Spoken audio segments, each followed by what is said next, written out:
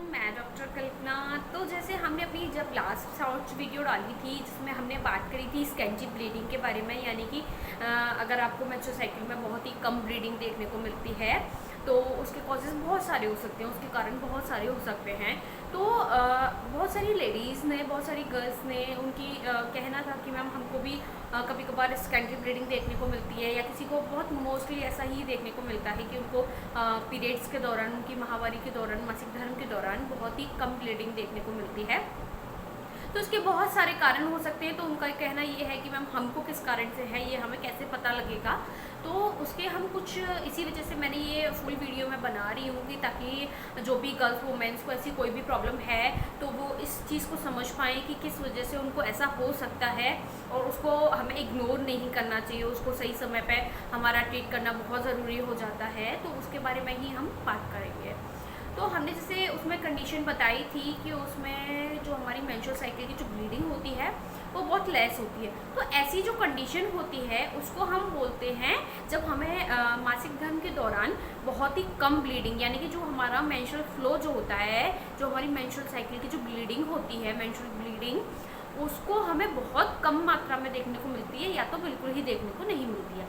केवल स्टार्टिंग में स्पॉट्स आता है तो हमें पता चलता है कि हमारा पीरियड आ चुका है, बट उसके बाद हमारी जो मेंस्ट्रुअल ब्लीडिंग है वो प्रॉपर तरीके से हाइड हो जाती है, पूरी तरीके से हमें दिखाई नहीं देती है।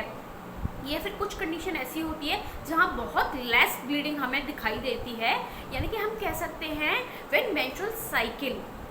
बट इसमें हाँ एक कंडीशन और है, लेकिन जो मेंस्ट्रुअल साइकिल इसमें रहती है, यानी कि किसी की 28 डेज़ की है या किसी की 30 डेज़ की है, 32 डेज़ की है, वो अपॉन मतलब सबकी अलग अलग रहती है। वो डिपेंड करता है कि आपकी कितने दिन की साइकिल है।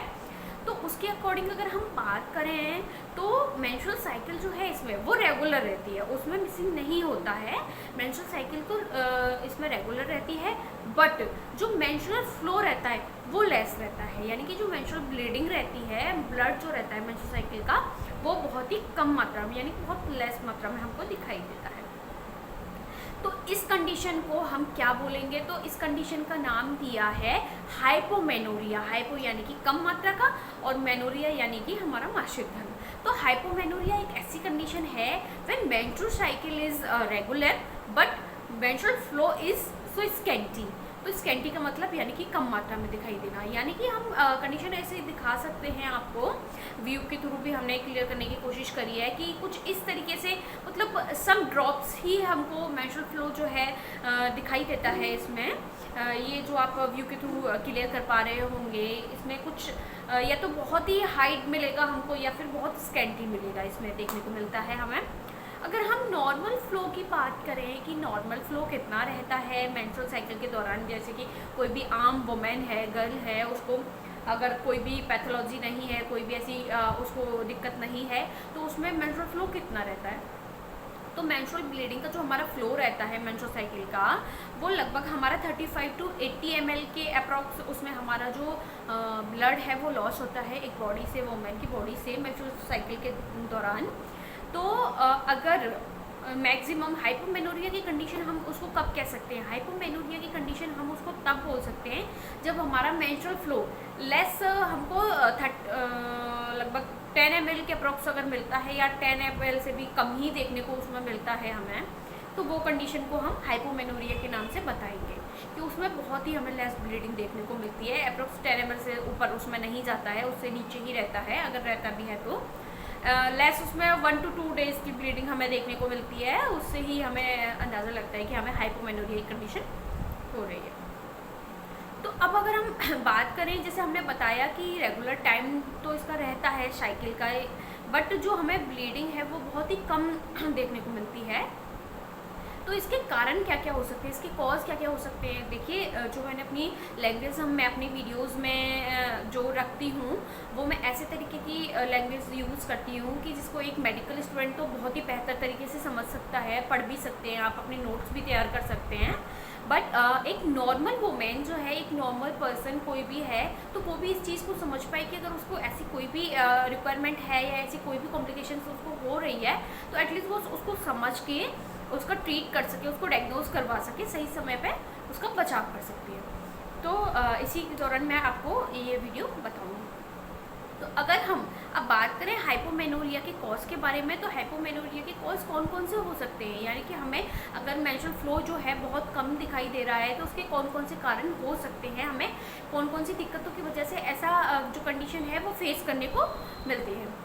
तो अगर हम बात करें इसके कॉज की, तो कॉज इसमें हम सबसे पहले देखेंगे ना, तो पीआईडी की कंडीशन हमें देखने को इसमें मिल सकती है, यानी कि अगर हमारे पेल्विक रीजन में इन्फेक्शन अगर हमें देखने को मिलता है, इन्फ्लामेशन अगर हमें देखने को मिलता है, तो इसमें कंडीशन हो सकती है कि हमें मेंस्ट्रुअल फ्लो कम दिखाई दे। साथ ही साथ हम बात करें, हमें स्मॉल हाइपोप्लास्टिक अगर यूट्रस देखने को मिलता है, यानी कि यूट्रस की कंडीशन बहुत ही अगर स्मॉल है तो उसमें भी ऐसी कंडीशन देखने को मिलती है।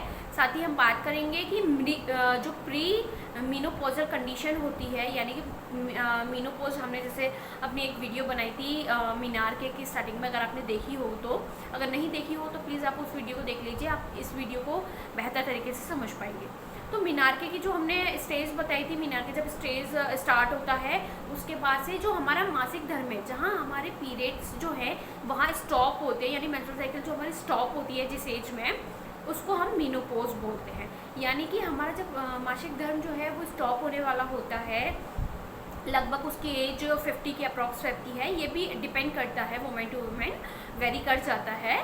तो उनकी जो वो एज रहती है मीनोपॉज का जो टाइम रहता है, जस्ट उससे पहले, यानी कि जो प्री मीनोपॉजल कंडीशन होती है उसमें भी स्कैंटी ब्लीडिंग हमें देखने को मिलती है, क्योंकि हमारे जो हार्मोन्स होते हैं या जो हमारे जितने भी पेल्विक ऑर्गन्स होते हैं, जो भी हमारे जेनाइटल होते हैं, उनकी धीरे धीरे से वर्क उनका करना कम हो जाता है, उनकी कैपेसिटी कम होने लग जाती है। तो उनके फंक्शन में कमी आने की वजह से जो हमारी मेंस्ट्रुअल साइकिल की जो हमें ब्लीडिंग है वो भी स्कैंटी देखने को मिलती है, और समटाइम वो एकदम से भी गायब हो जाती है, एकदम से भी हाइड होती है। बट मोस्टली टाइम ऐसा ही होता है कि मेंस्ट्रुअल फ्लो और मेंस्ट्रुअल साइकिल में स्कैंटी देखने को मिलती है, उसके बाद ही वो स्टॉप होती है। तो प्रीमेनोपॉजल कंडीशन भी इसका एक कॉज है। उसके साथ ही साथ अगर हम बात करें तो किसी ने ओरल कॉन्ट्रासेप्टिव्स अगर पिल्स ली होती हैं, यानी कि बच्चे से बचाव करने के लिए, अगर वो बेबी कंसीव करना नहीं चाहती हैं तो वो लोग पिल्स ले लेते हैं, तो उसकी वजह से भी ऐसी कंडीशन हमें देखने को मिलती है। साथ ही हम बात करें तो एनीमिया की कंडीशन में भी ऐसा होता है। तो एनीमिया पे भी हमने एक वीडियो बनाई हुई है, आपने अगर वो वीडियो नहीं देखी है तो आप प्लीज़ उसको देख लीजिए, तो आपको समझ में आएगा कि एनीमिया क्या है। तो एनीमिया में क्या होता है, हमारी बॉडी में खून की कमी हो जाती है। वो किस कारण से होती है आप उस वीडियो में देख सकते हैं। तो खून की कमी हो जाने से जो हमारा मेंस्ट्रुअल फ्लो होता है वो भी बहुत स्कैंटी हो जाता है, बहुत कम हो जाता है, या तो बिल्कुल स्टॉप हो जाता है। तो उसकी वजह से भी ये कंडीशन हमें देखने को मिलती है। तो चलिए अब हम चलते हैं इसके सिम्टम्स के बारे में बात करने। तो सिम्टम्स के बारे में, यानी कि हम इसके लक्षण के बारे में अगर बात करें तो हमें हाइपोमेनोरिया में कौन कौन से लक्षण हमें दिखाई देते हैं, या कौन कौन से हमें ऐसे सिम्टम्स कि हमें समझा जा सकता है कि हाइपोमेनोरिया की कंडीशन हमें हो सकती है। तो हाइपोमेनोरिया में सबसे पहले हमने आपको बताया कि टाइम जो रहता है मेंस्ट्रुअल साइकिल का वो रेगुलर रहता है ना, बट स्कैंटी ब्लीडिंग होती है, उसमें हमें जो मेंस्ट्रुअल फ्लो है, ब्लीडिंग है, बहुत कम दिखाई देगी, है ना।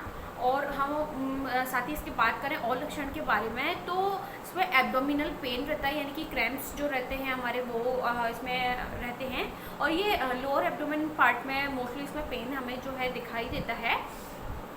और अगर हम बात करें इसकी तो कभी कभार ऐसा भी हो जाता है कि जो नंबर ऑफ क्या कहते हैं उसको ब्लीडिंग होती है या क्वांटिटी ऑफ ब्लीडिंग होती है वो बहुत ही लोअर क्वालिटी की हो जाती है, उसकी जो क्वालिटी है वो बहुत ही डाउन डिग्रेड हो जाती है। और समटाइम्स इसका जो कलर है वो सम ब्लैकिश टाइप का हमें जो है दिखाई देता है, अगर उसमें कुछ पैथोलॉजी कंडीशन है तो। बट नॉर्मल अगर फ्लो है तो उसमें ऐसा दिखाई नहीं देता है, नॉर्मल जो ब्लीडिंग का कलर होना चाहिए वही इसमें दिखाई देता है। साथ ही हम बात करें कि अगर इसकी हम कॉम्प्लिकेशंस के बारे में बात करें, अगर हमें इसको ऐसी हमें कोई भी दिक्कत अगर है, हमें ऐसे कोई भी कॉज के कारण हमें ऐसी प्रॉब्लम हो रही है, पैथोलॉजी कंडीशन हमारे पास है, तो उसमें हमें अगर हम सही समय पे उसको ट्रीट नहीं करते हैं तो उसमें हमें इनफर्टिलिटी की जो कंडीशन है वो हमें यहाँ पे फेस करनी पड़ सकती है। इनफर्टिलिटी इसमें कॉम्प्लिकेशन है जो हमें मिल सकता है। साथ ही हम बात करेंगे इसकी डायग्नोसिस, तो इसकी हम कौन कौन सी डायग्नोसिस करवा सकते हैं।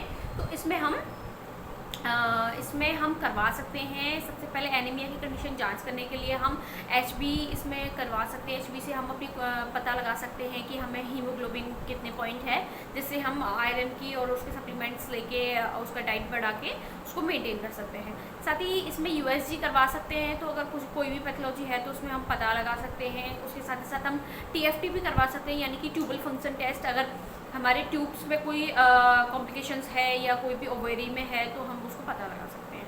साथ ही इसमें हार्मोनल ऐसे भी करवा सकते हैं, अगर हार्मोनल से रिलेटेड हमें कोई भी अगर कॉज है तो उसको हम इसमें डायग्नोज कर सकते हैं। साथ ही हम बात करें इसके मैनेजमेंट एंड इसके ट्रीटमेंट के बारे में, तो मैनेजमेंट में हम सबसे पहले इसका अपनी जो लाइफ स्टाइल है उसको मेंटेन करना हमारा सबसे पहले ज़रूरी हो जाता है। और अगर कोई भी वुमेन या गर्ल अल्कोहल या स्मोकिंग एट ऑल ये सारी चीज़ों का जो है अपने डेली रूटीन में सेवन करती हैं और उसको इनटेक करती हैं, तो उसको अवॉइड करना सबसे पहले मैं बताऊंगी। उसको सबसे पहले अवॉइड करना चाहिए, क्योंकि मोस्टली इन्हीं चीज़ों से सबसे ज़्यादा इनफर्टिलिटी जो है कॉज होती है। और साथ ही हम बात करें तो इसमें हमें अपना प्रॉपर डाइट रखनी चाहिए। अब अगर हमारी डाइट प्रॉपर तरीके से होती है, उसमें कोई भी दिक्कत अगर नहीं होती है, तो मे बी इसको हमें बिना ट्रीटमेंट के भी हम इसको कंट्रोल कर सकते हैं, मेंटेन कर सकते हैं। तो अब हम इसके ट्रीटमेंट की बात करें, अगर ऐसी कंडीशन किसी को भी है तो सबसे पहले जो भी इसका कॉज होगा वो कॉज पे डिपेंड, ट्रीटमेंट जो भी है वो कॉज पे डिपेंड करेगा कि उसके क्या कॉज की वजह से ऐसा हो रहा है हमारे साथ। जो स्कैंटी ब्लीडिंग हमें देखने को मिल रही है वो किस कॉज की वजह से है, तो उसके कारण हमें पता लग जाएगा कि हमें क्या ट्रीटमेंट इसमें लेना है। दूसरी चीज़ हार्मोन से रिलेटेड प्रॉब्लम होती है, तो मेन क्योंकि बेस जो है वो हार्मोन से ही रहते हैं, इसमें हार्मोनल इम्बैलेंस सबसे ज़्यादा देखने को मिलता है। तो हार्मोन को बैलेंस करने के लिए हम HRT का यूज़ करते हैं, यानी कि हार्मोनल थेरेपी हम इसमें कंटिन्यू करते हैं, उसको देते हैं। साथ ही हम उसके साथ साथ कुछ मेडिकेशंस भी ऐड कर देते हैं, वो कॉस्ट पे डिपेंड करता है। तो अगर आप वैसी कोई भी प्रॉब्लम ऐसा लग रहा है कि ऐसी कोई प्रॉब्लम आपको हो सकती है, या आपको ऐसी स्कैंटी ब्लीडिंग दिखाई दे रही है, या कोई और रिलेटेड आपको प्रॉब्लम है, तो आप हमें कमेंट ज़रूर करिएगा। हम आपको हेल्प करेंगे, और अगर आप चाहें तो हमसे कंसल्टेशन कर सकते हैं। वीडियो अगर पसंद आई हो तो लाइक करें, शेयर करें, जिससे ज़्यादा से ज़्यादा लोग जो हैं, ज़्यादा से ज़्यादा वुमेन जो हैं इस चीज़ को समझें और सही तरीके से निदान करके इसका उपचार करें। धन्यवाद।